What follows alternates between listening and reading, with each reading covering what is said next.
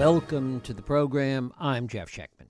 Without comparing one historical era to another, suffice it to say that we live in a nation filled with anger, despair, and at best, anxiety. Our ideological, economic, and cultural divisions have infected every fiber of the public square. And all of this is happening amidst a loss of faith in our once valued institutions, both public and private, a loss of faith in facts and truth, and in the fundamental founding principles of self-governance, fairness, and selflessness. But we didn't get here overnight, nor did some external force, not even Donald Trump, create this environment. Like the proverbial frog in the pot as the water boils, it crept up on us over time. And if it's true that the beginning of wisdom is knowing where to find it, we best look at ourselves and the places that might have been the breeding grounds for all of this. My guest, National Book Award winner Evan Osnos, went like Simon and Garfunkel looking for America. He looked in the mix of places he knew best. Places like Greenwich, Connecticut, where he grew up, Clarksburg, West Virginia, where he worked as a young reporter, and Chicago, the very definition of urban America. The result of that effort is his new book, Wildland. Evan Osnos is a staff writer at The New Yorker, a CNN contributor, and a senior fellow at the Brookings Institution. He writes about politics and foreign affairs. He was the China correspondent at The New Yorker from 2008 to 2013, and his book, Age of Ambition, was a National Book Award winner and finalist for the Pulitzer Prize. And he recently wrote a book about Joe Biden. It is my pleasure to welcome Evan Osnos back to this program to talk about Wildland, the making of America's fury. Evan, thanks so much for joining us. My pleasure, Jeff. Great to be back with you. Well, it's great to have you here. I want to talk a little bit about the moving target that is this story of America. Over the course of writing this book, and it took several years, as you've talked about, the way in which the places that you write about, Greenwich and Clarksburg and Chicago, the way they've changed over time, and the fact that as you told this story, it was also a bit of a moving target along the way. Yeah, I mean, I didn't know, of course, at the beginning of this project when I sort of embarked on this in 2015, I had no sense that there was going to be a Donald Trump presidency, honestly. I mean, I didn't think he would win. I also didn't think there would be a global pandemic. I didn't think there would be this video of the killing of a black man that would reveal in ways I think that were more vivid than we had ever really grasped before as a culture, the depth of racial injustice, and or at least the sort of breadth and persistence of its form. And in some ways, I started on this just because I sensed that there was some illness in our political culture, but I didn't have a feel yet for the ways that illness would manifest. And so as a writing project, it was a bit of an experience of just following where the course of the river swept me along, because I couldn't have anticipated it at the outset. And talk about the beginning of it as you moved forward along that proverbial river, the sense of where this started, whether it was 9/11 or whether it was the 2008 financial crisis. What were the inflection points that really kicked this into overdrive? Well, I think you actually have to go further back. And if we keep up the river metaphor for a minute, because it's been helpful for me in my own mind, when I started on this whole project, it was about trying to say, all right, I think we all know that the current political moment is this raging whitewater. But the question is, where are the headwaters of this thing? Where did it begin? I mean, if you trace it further and further up into the hills, I mean, I'm kind of, I'm sort of an armchair fan of explorer stories, and I always remember the search for the source of the Nile and the kind of metaphor in there. And in my sense, I was sort of looking for the source of the Nile in political terms. And I think you have to go back even beyond. You're absolutely right to raise the financial crisis, to raise 9/11. Those feature into the book as these catalytic moments, these kind of galvanizing events in American politics and self-identity. But actually, it goes all the way back. And to give you one example, one of the things that I look at in the context of my hometown, Greenwich, Connecticut, is the way in which some of the people who are at the pinnacle of American economics, some of the greatest beneficiaries and also architects of how we relate to one another in financial terms, how they've changed their own perception of themselves. And the example that I often think of is that in 1980, for instance, so now, or 81, let's go exactly 40 years ago, the dominant figure, the most influential businessman in America, his name is kind of lost to most people today, but his name was Reg Jones, and he was the head of the Business Roundtable. He was the chairman and CEO of General Electric. He was just a colossus. He lived in Greenwich, and he was also very self-conscious about any expression of wealth. He didn't like it. He didn't like to show it off. He lived in a house that really didn't look all that different from the houses around it.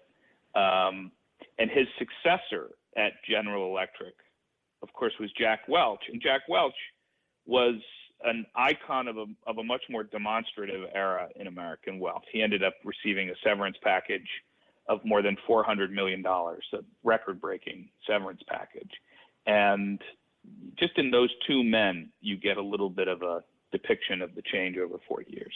Right. You talk about how in Greenwich in particular, how values changed as more and more money came in, that it changed some of the fundamental values there in substantial and significant ways. It really did. I mean, I don't want to overstate things and pretend that in the, quote unquote, good old days, Greenwich was shy and retiring about its wealth. That's not the case at all. I mean, it was, going back to the Gilded Age, the Victorian era. It's always been a place that gives you a window into the thinking in what I think of as the engine room of American capitalism. But it's fascinating to take note of how that's changed, because it really has changed. So in some sense, this is a return to the Gilded Age rather than it is something brand new. I mean, in the 70s and 80s, and this is kind of amazing to think of it, that the executives at Morgan Stanley, the big investment bank, used to have a running competition about who could wear the cheapest wristwatch. And, there was something almost ostentatious about that aversion to showiness. That was sort of by design. They wanted people to know among themselves that there was this aversion to visible expressions of wealth. But then you fast forward to today, and actually the CEO of Morgan Stanley is kind of celebrated for having one of the most glamorous, expensive watches on the blogs that focus on wristwatches. He's a kind of celebrity figure. And I just think that in ways that you accumulate over time in a long-term writing project like Wildland, where it's this accretion of tiny detail, one thing after another, that just kind of lodges in my craw, and I just essentially over time tried to create a portrait of the place I know, the place I love, but also a place I can write about with some candor and some concern, because I can sense the change over time. When you make the comparison to the Gilded Age, is there something reassuring in that, in the sense that the story of America is this story of this constant rebalancing? That there's greed, there's philanthropy, there's industry, there's immigration, that this story repeats itself over and over again in different ways, but in ways that, in Mark Twain's phrase, in ways that do rhyme. And is there something reassuring in that as we look at the present landscape? It is. Yeah, I think you're right to frame it in those terms, because I do look at it and say, this is not some inexplicable collapse of the American ethic. No, actually, this is quite recognizable. We can identify the sources of how we got here, and that means we can also identify some of the ways to get out of this moment. And this has happened before. I mean, there is a brilliant bit of writing over the last couple of years from Robert Putnam at Harvard, who has charted the way that the United States went from the Gilded Age to the Progressive Era. And one of the things that he has identified, he wrote a book with a co-writer named Shailin Romney Garrett, in which they charted how there is this way in which Americans become aware of our own excesses at various points, excesses of extravagant consumption, or of abuses of our advantages, or of the ways in which the opportunity that is so essential to the American self-narrative, when those moments of opportunity get choked off and people at the bottom of the income scale no longer feel like they can rise to the top, that when those things happen, we do pick up on it in the culture. And frankly, the fact of my book at all is a sign of that, because I'm just writing about what other people are talking about constantly. We just use different language for it. So yeah, the answer is we do have a way of pushing the pendulum back. It doesn't happen on its own. We have to push it, and that's part of the process. Is to define it. And it seems true in all three of these places that you write about. Greenwich in terms of the financial side, the excess side that we've been talking about, but even Clarksburg in kind of its post-industrial place also has similarities as the industrial era began. And certainly Chicago and the urban experience is the story of race in America. Yeah, it really is. I mean, I was sort of fortunate in that my own life has been defined by these three places in among others where I've lived, but they are so different. They're completely different experiences. I mean, to live in Greenwich today, or when I was growing up there, was to win a kind of cosmic lottery. I mean, just extraordinarily splendid. And I received this fantastic public school education because the local tax base can support it. And then if you go to a place like Clarksburg, West Virginia, where I went as a young journalist, my first job out of college, and really sort of fell in love with this part of the country because it's just immensely interesting and rich, and the history is, for anybody who's interested in this kind of thing, it's just layer upon layer, almost like the land itself. There's a geological record to the political economy that's fascinating. And if you go there, you begin to understand why Trump happened. I mean, it stops being a mystery. I mean, right. We all sort of sometimes talk about these turns in our lives. We think, oh my God, how could this pandemic have found the country so unprepared? How were our institutions so unprepared? Well, actually not so strange if you go back and look at the way that we've impoverished some of the most important federal institutions by choking them of necessary resources. When you look at the people of Clarksburg, talk about the changes that have taken place there, because this was once a working class Democratic bastion.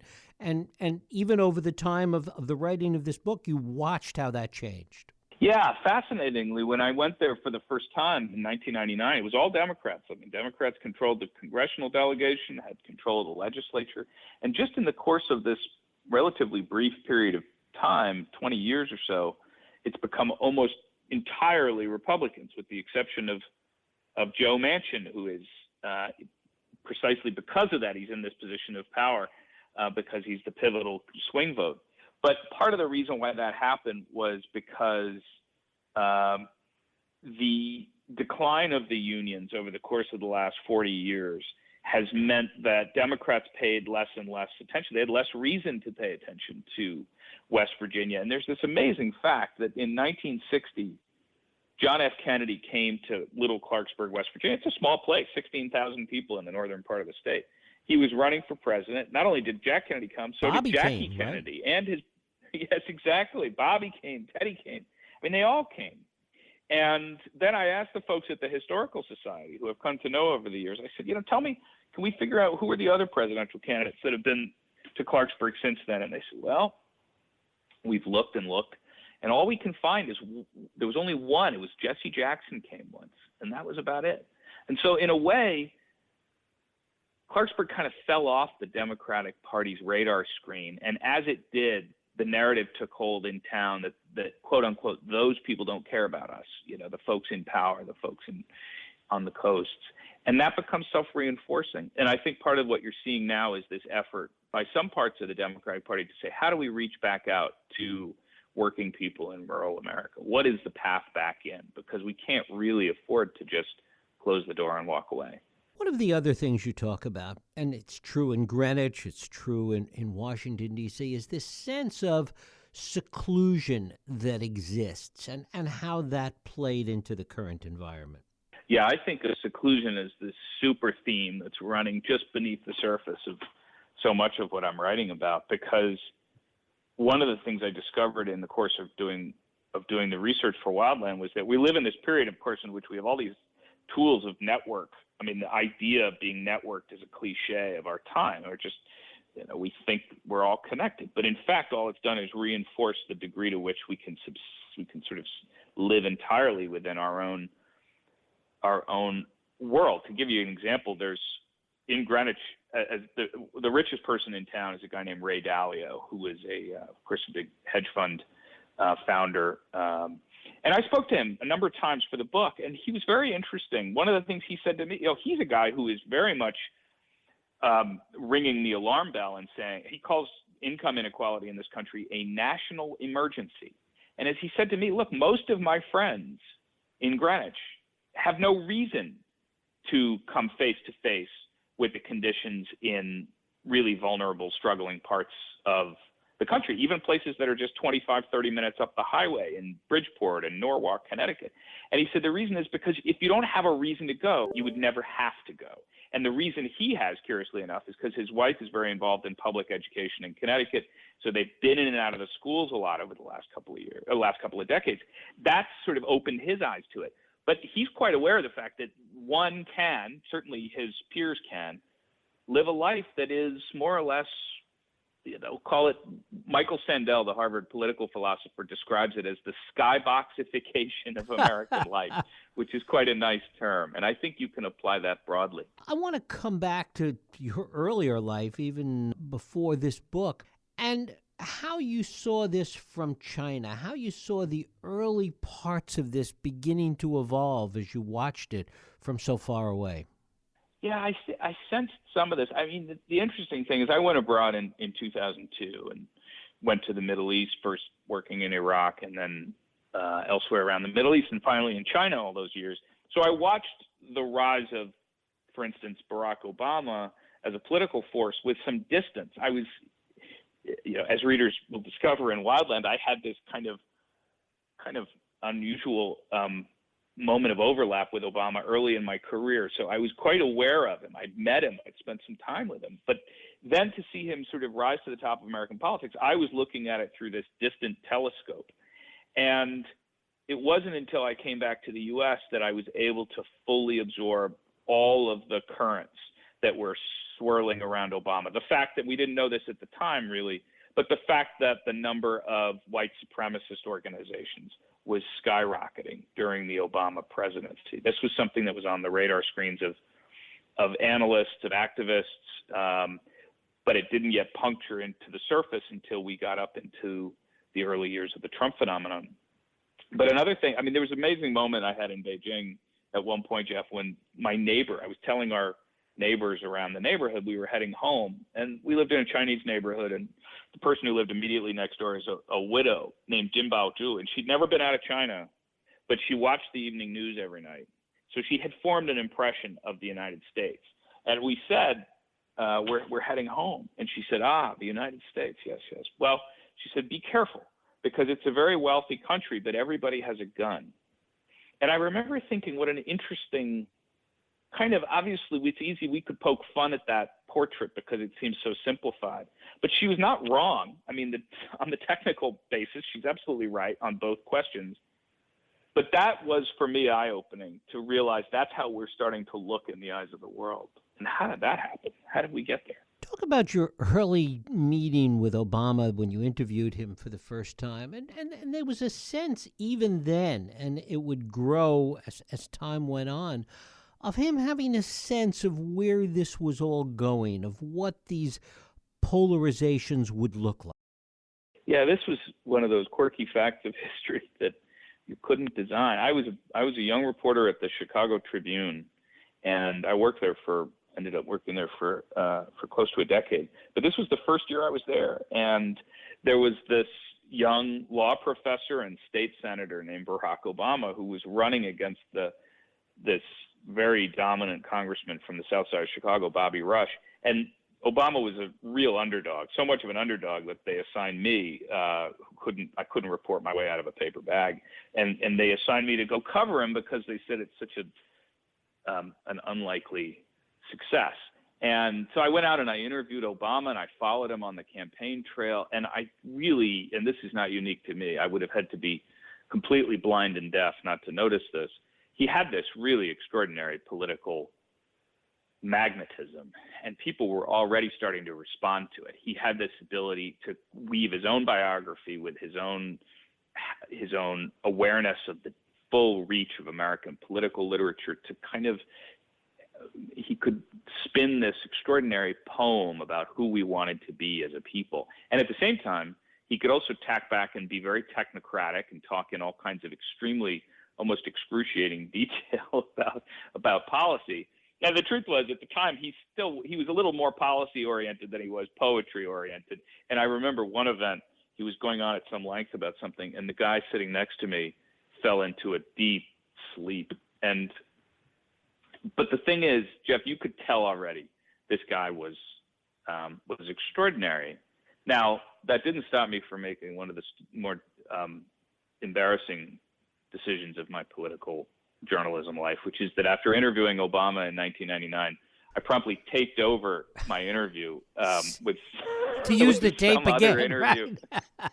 I just said, I want to save the $2.99 here on the tape. So that thing is lost to the ages. But a few years later, when he did come in, it was 5 years before he became the speaker at the Democratic National Convention, and we saw some of those instincts early on. Given what he understood, why was he never able to do anything about it? I mean, in many ways, as you've talked about and as you write about, the Obama presidency exacerbated so much of this. He sort of understood these fault lines, but was never able to do anything about it. I think there was a degree to which, just simply in his own personhood, the fact of who he was, the combination of black and white and intellectual and also raised by Midwestern grandparents, he had this ability to transcend and then also to generate resistance, whatever he did. And the fact is, there is a degree to which his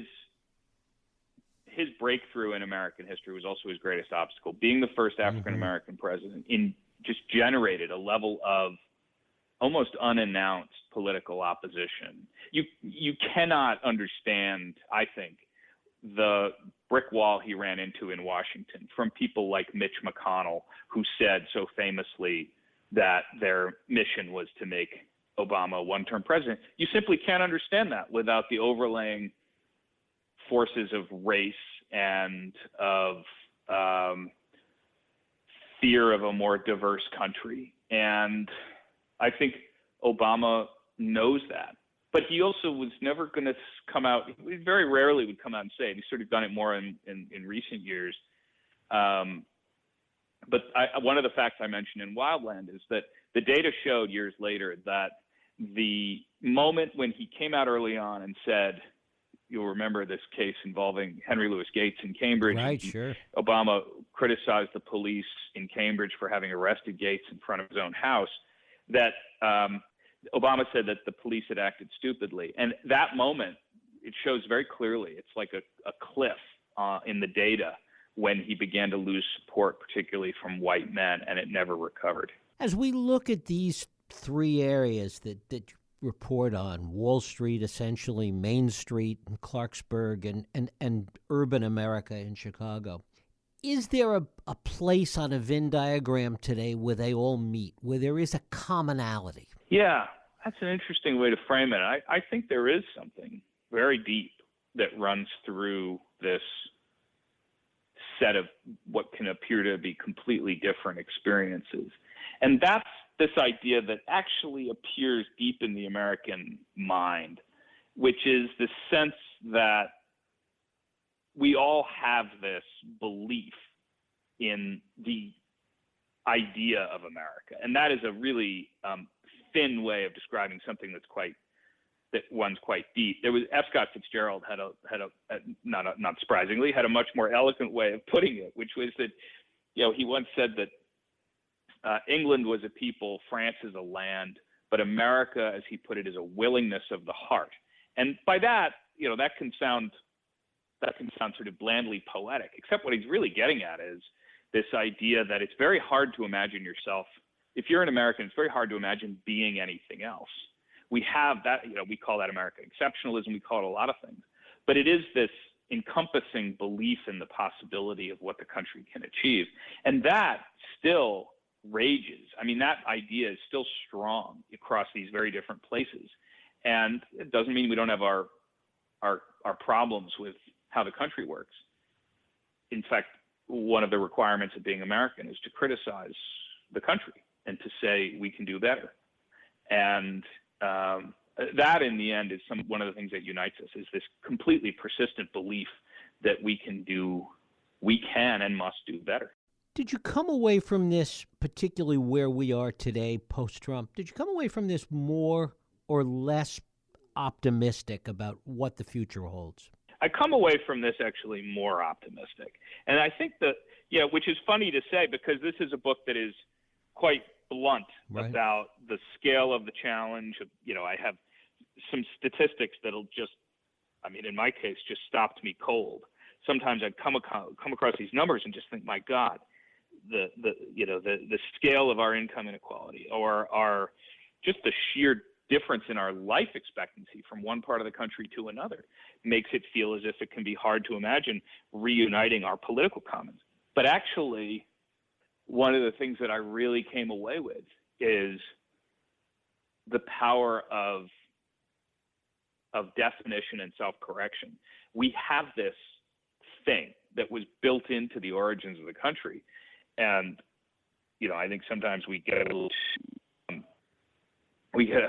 too weepy about sort of celebrating the founders for their genius. But actually, this is a case in which they were onto something. The idea that every 4 years we get a chance to do it over again and to start to give our political system a reboot is a powerful fact and a fragile fact. And I think if there's anything we've learned over particularly the last year with the events of January 6th, is that we can't take it for granted. And, right now, a book like this is designed to make a person stand up and say, holy smokes, we are in a dangerous moment as a country, and it's up to us if we're going to fix it. Evan Osnos, the book is Wildland, The Making of America's Fury. Evan, I thank you so much for spending time with us. My pleasure, Jeff. Always fun to chat with you. Thank you.